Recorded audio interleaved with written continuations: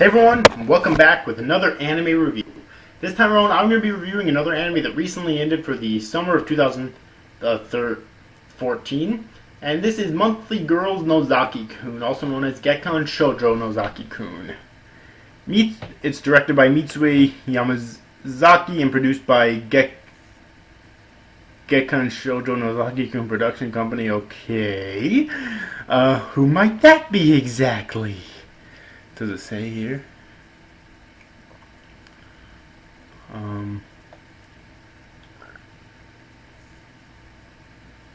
Doga Kobo, which, for those of you who've been following my channel for over a year now, you know that the summer of 2013, I reviewed Love Lab. They did Love Lab. Love Lab was fucking amazing. So, yeah. That was, with that pretense alone, I was going to review this, definitely. Written by Yoshiko Nakamura, and the music's by Yukari Hashimoto and Media Factory, and in Studio Dokukobo. Okay, I don't know why it says produced up there, then, because the studio obviously produces it. And it originally ran from July 6, 2014 to today, September 21st, 2014, with a total of 12 episodes in the end. Okay. What is Gekkan about? Well, Gekkan, at its core, is a romantic comedy anime. At its core, that's what it is. Mainly comedy. Like, there's lots of romantic overtones in this series, but the real, gist of this series focuses on the comedy, okay? And personally, I think that the comedy is done so well. Some of the best I've ever seen in an anime, period. It's rare for me to laugh every single episode at almost every single joke in an anime, but somehow they did it, and I want more. I want a second season. I have got to check out the manga so badly. Whew. Okay. So, the main character is technically two main characters. There's the main female character, Chio Sakura, and Sakura Chio, and the main male character, Nozaki Umetaro. Nozaki is a dumbass. He really is. He is so dense. But it's hilarious too, because every chance that Chio gets to work, to maybe go out on a date with him or something, confess her feelings for him, she fails. And she's kind of ditzy too at times, because in the very first episode, she tries to confess to him, but she says, "I am your fan," instead of "I'm in love with you," you know. And then he hands her an autograph, and she doesn't even realize at the time that he's a mangaka of some of her favorite manga series.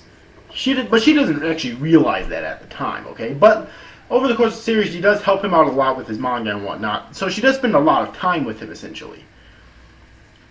But I felt so sorry for Chio in this series, because Nozaki is he can be so dumb at times.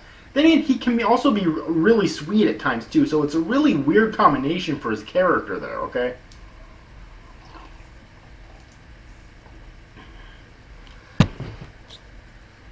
But I still thought they were really good characters, and there's lots of other side characters that these romantic comedy anime tend to have. There's Mikoto Mikoshiba, who's nicknamed Mikorin and one of Nozaki's assistants. He's introduced to Sakura as a handsome guy with an aloof attitude.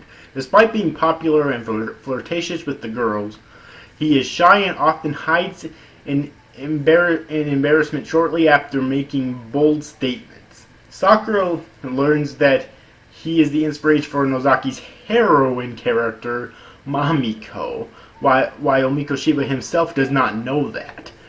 His expertise is not drawing single objects or characters, but filling backgrounds with flowers to bring out characters' charms.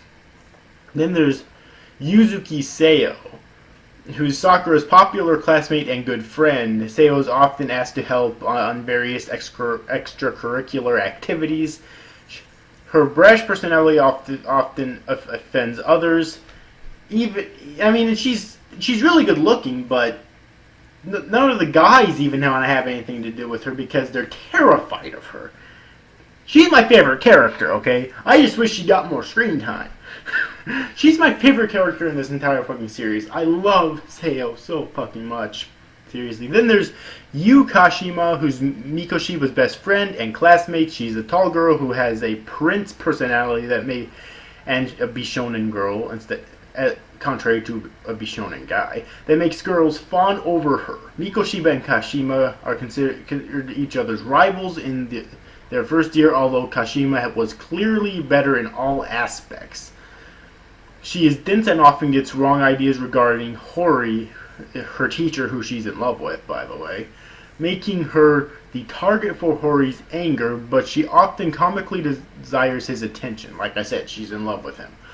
I don't know if she actually... she does constantly say that she loves him, but I don't know if she has ever actually said, I'm in love with him, or whatever, because those are two completely different things, you know. Due to her tendency to ditch, Kashima is often dragged by Hori to their club activities. Later it is revealed that she is tone deaf and had Yuzuki as her coach for singing. Okay. Then there's Masayuki Hori, president of the school drama club and Nozaki's assistant for background work in exchange for Nozaki writing scenarios for him. See, here's the thing I don't get. At the beginning of the series, Nozaki said that anyone who he told that he's a mangaka wouldn't believe him, and eventually just told him to give it a rest. But then he has all these assistants that are in the school, you know. So wouldn't that be enough proof for people? Whatever.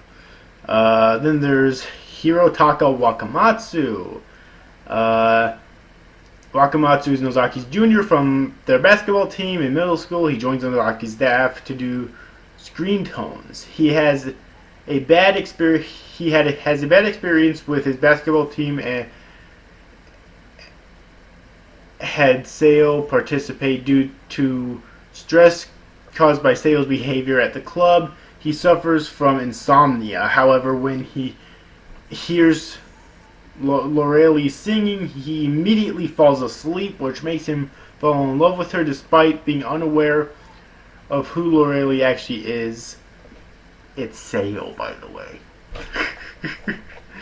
And yeah, so the two main characters are obviously Nozaki and Shio, but all the other characters are still really good too, and they get a decent number of screen time. Like I said before, my favorite character was Yuzuki, and I really wish that she got more screen time than she actually did. Okay, the animation kind of sucked. I'm just going to keep that kind of short there, because that's usually par for the course for this type of like romantic comedy anime, so I'm not really going to complain about it too much there, you know what I mean. Nothing really to talk about in terms of the art, okay, good or bad. The music is also pretty par for the course for this type of romantic comedy anime. The ending was pretty good, but the opening, I want to talk about the opening real quick. The opening was unique. I don't think I've ever heard that kind of a song in the opening of an anime before. And it was a really good song too, so I actually really enjoyed the opening. It's not usually something I comment on for any length of time, but it's still something that I thought was worth mentioning here because it was very unique and very good. Okay.